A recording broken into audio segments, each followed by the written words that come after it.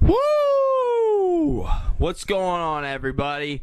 That was not the sound of Chewbacca pooping. That was the sound of me gargling some water for this beautiful introduction. I hope everybody's having a good morning, afternoon, or evening, or night. This is another episode of My Subjective Perspective with Jordan Fischer. And why did he make you so special? Why did he bless you? Think about it. I woke up this morning. Got a smile when I say that shit. Woke up this morning. Go. Now today I would like to talk to you all about somebody I've met in the past few days that has absolutely just changed my outlook, my perspective on life. And it's been extremely refreshing, to say the least. It's crazy how somebody who can be a stranger can make such a positive impact in your life in just a few hours. I only got the opportunity, as of now, I've only gotten the opportunity to meet this woman for, just a little over 24 hours. Maybe, let's say 48, give or take. But she has impacted my life so much in that short period of time, and I could not be more grateful. So let's begin the story. My family and I went on vacation for 10 days, and we got to see some waterfalls. We went and explored a cave, saw the Smoky Mountains, saw some beautiful sights. And when I travel, I like to travel for two reasons. Reason one would be for beautiful sights, a change of views, a change of my environment, just something to kind of awaken me internally, and kind of get my imagination flowing. The second reason, which I like to consider a lot more important, is a change of perspective. And this vacation brought me both of these. Long story short, we are traveling for about 8 days together. Just my family, the five of us in a car, and as you can imagine, the five of us end up fighting a fair amount. And my mom gets to a point that she is just done. She's done with the fighting. She doesn't want to deal with it, and my mom's a very stubborn individual, as am I. And she gets to the point that she said, all right, she just grabbed a backpack after leaving our hotel that morning and says, you know what? I'm staying here. You guys go ahead and go without me. I'm done with this. I would rather not even be in this car right now. And I, being the protective son that I am, decided to go with my mother. Now, my mother, she stays behind, or what am I saying? My mother and I leave the car. My sisters and my dad go back to St. Louis. And we are phoneless. My mom forgot her phone the entire trip, so she did not have a phone the entire trip. And I forgot mine in the car whenever we were leaving because I was packing as minimally as possible and just completely slipped my mind to bring a cell phone. So, my dad and sisters leave, and we are officially carless and cell phoneless. I don't know what we're going to do at this point, but I do know that I had a test due for my online class that I had to be completed that night. So I said, Mom, I know we're not exactly in a good situation right now, but before we worry about any of this, I need to take care of my summer online class. She says, all right, that's fine. So we go in, we ask where the nearest computers would be, and the lady at the hotel desk tells us that the library is a good place for public computers. I said, all right. We walk about half a mile down the road. Based on her directions, we find the library. I take my test. And while I'm taking my tests, my mom, being the friendly individual she is, ends up making friends with the librarian. And she explains our whole situation, what happened, and brings back a cell phone. And she's calling my dad. I'm like, calling my dad on the cell phone, calling whoever, telling him to turn around. My sisters don't want to turn around. They wanted to leave us. And yeah, so we're basically using this librarian's phone, and that really surprised me. I was like, that's really cool of her. Like, I'm surprised. I know a lot of people that would never even, ever in a million years, just give their phone to a stranger, you know? I don't know very many people who would do that. And that was just a mild introduction for me to understand how incredible of a person we were actually dealing with. This librarian is talking with my mom. She's letting us use the phone while I'm taking the test. I end up getting done with the test and come to find that she has offered my mom a place to stay that night. And long story short, we end up going to this cabin that she rents out. And she allows us to stay in this cabin with after just a few hours of knowing this individual. She does this for us. Throughout the duration of just one night, a Friday night, and an entire day Saturday, she let us stay in the cabin, brought us fresh eggs, drove us to a town dance. She drove us to go whitewater rafting the next morning. While we are going whitewater rafting, she's going throughout her daily routine. Then she picks us up from whitewater rafting, and she had to go to an event, and while she was in the event, she let us borrow her phone and her car. We had not even known her for 24 hours. This is how selfless of a human being she was. She was absolutely amazing. That night, we stayed at her cabin again, and I was just... This was very eye-opening to me. I really haven't come across somebody as kind and as generous as she was to us. And we really didn't know her that long. We maybe 36 hours we knew her, and she did so much for us. What she did for us that weekend, just the cell phone alone, letting us borrow her cell phone while she's not using it, was like, people I know for years won't even let me do that much. And she gives us a place to stay, food to eat. She's driving us around. She also drove us around to get groceries. She gave us plans for the night. She let us go whitewater rafting, even though it was an inconvenience to her day. It was so eye-opening to me. It was also confusing at the same time for me, because I'm not exactly from a big city or anything, but in the suburbs where I'm from, I mean, I could just tell from the small town we were in, things are a lot more superficial here. People are a lot faker here. People are a lot, they're motivated by, I don't know, they're selfish. They're a lot more selfish, way less selfless, way less loving, way less kind. And I'm not labeling everybody, but for the most part, I mean, growing up in that environment and then going to college at a place that people are only thinking out of, I mean, not only, but usually thinking out of greed and self-interest, I've become kind of cynical over these past few months especially.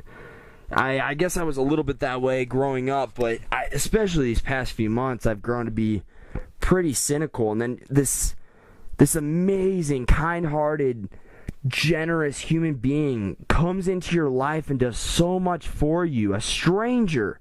You're a total stranger to you, and she does so much for you. It was just amazing. It was incredible. But it was confusing at first. At first it was confusing until I asked my mom that night, I said, this is hard for me to wrap my head around because I don't understand her motives. Like, why is she doing so much for us? And probably part of that stems off of me being cynical or mildly cynical. But I think a little bit also stems from I'm not the type of person to ask for anything. I usually just tend to do everything for myself. And when you just come across somebody with so much love, so much generosity towards just humanity in general, it's eye-opening and confusing and surprising all at the same time. And I asked my mom, I said, I just don't understand. And she said, Jordan, what don't you understand? And I'm like, I just don't get her motives. Why is she doing this? And she said she has no motives. And I was like, that's so true. She has no motive. She's doing this just to give, just to help us. And we were in such a vulnerable situation, and she just did so much for us. And I would also like to talk about this individual. I don't think she'd mind me using her first name. So her name was Mary. And Mary never said a negative word about anyone. Not a single time the entire time we were there. And not only did she not say a negative word about a single person, she never belittled anyone, never disparaged anybody. She only said positive things. And it's not like she said one or two positive things. She was constantly just complimenting the world around her, the town around her, the people in her life, the people in the town. And if you would have seen this town, it was Robbinsville, North Carolina, which is the town really grew on me. Just to put this town in perspective, my sisters and I were actually making fun of the town a little bit the night before whenever we stayed in the hotel, because this town only had one radio station. It was just a small town, and I don't know, on the exterior, when you look at it from a biased point of view with judgment and your own subjective past of where you've lived, and you compare it to where you lived, on the exterior or on the surface, this town seemed like nothing. But I left this small town realizing that they were fulfilled. Whenever she took us to this dance, everybody was dancing, having a good time. And it was so much love in the air, so much positivity, so much delight, so much enjoyment. The sense of community was amazing. It was so authentic. Everybody was happy. They just trusted each other. It was a sense of community, a tribal sense of community that I have never experienced in my life. And I think that's because I've never lived in a town as small with as few of numbers as this town had. But it kind of opened my eyes to the idea that whenever you have too many people, you become desensitized to people. And that sense of community in a small town is just so beautiful to me. But back to Mary, back to this beautiful human being. She never said a negative word about anyone. And she developed a love for all of humanity, an unconditional love for all of humanity. Which makes you wonder, it's like, well, maybe this woman's just never been through anything. No, she's been through a lot. I don't want to get into her life story, but she has been screwed over by family members. And she still just remains so kind, so loving, and after being cheated by her own family, the people she's loved unconditionally, that she still just remains so kind and generous and loving. And I'm talking from a point of passion, and it's just, it's crazy.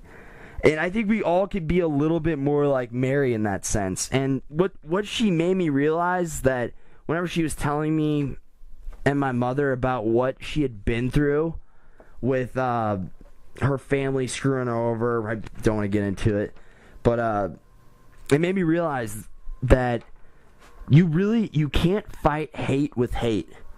There's only one way. There's only one appropriate way to fight hate, and that's with love.